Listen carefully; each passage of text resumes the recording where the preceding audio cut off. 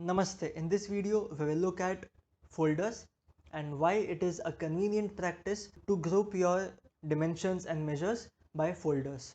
Okay, so let us now, first of all, I am connected to two connections. I am connected to two data sources. Okay, players data and teams.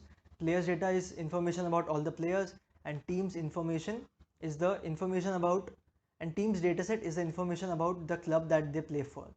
Okay, each and every player. So I'll come to sheet 1.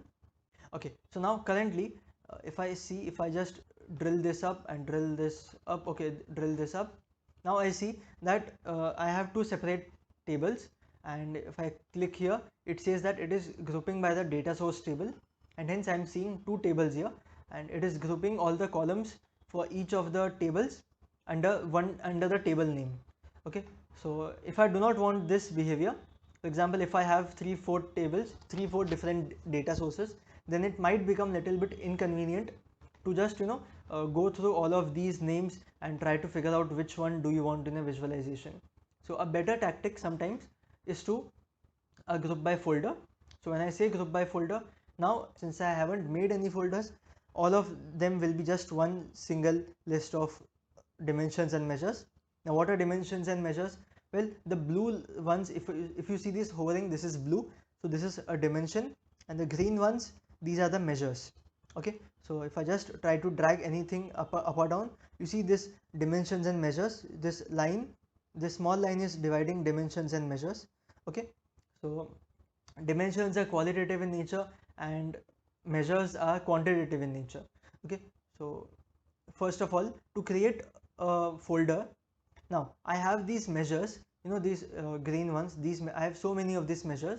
Now what I know is, from this website sofifa.com, I know that the attacking traits are crossing, finishing, heading accuracy, short passing and volleys. Okay, so these 5 properties are under the label of attacking.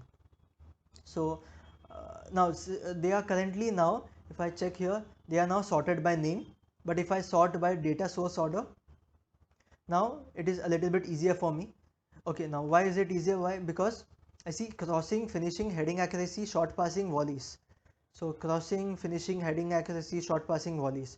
So all of these 5 are just one below the other, and hence it is easier for me to look for these columns. Okay, and what I'll do is I'll just say group by, it is folder by default, and I'll come to folders and I'll create a folder. The folder name will be, what is the name? Attacking. Okay, attacking. So what it has done is, I just come here, it has now created a folder for the 5 properties of attacking. Okay, so this has just created a container like thing. Okay, next is skill. So from dribbling until ball control, I have 5 things. So dribbling until ball control, I have these 5 things. Okay, so dribbling, curve, free kick accuracy, long passing, ball control.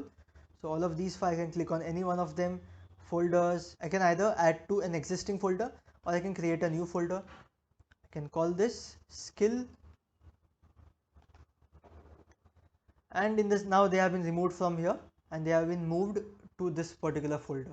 Now I'll just cut this video, and after doing for all of these different folders, I'll just continue this video again. Okay, so now I have created folders for each of these boxes.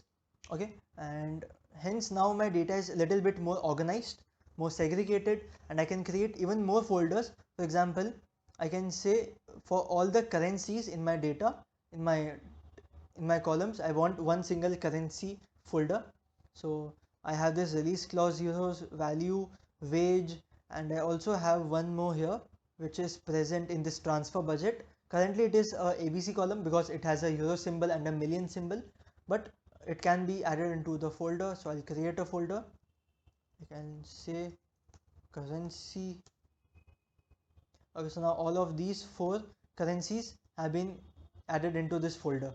Okay, so this is how you can create folders to make your data more organized.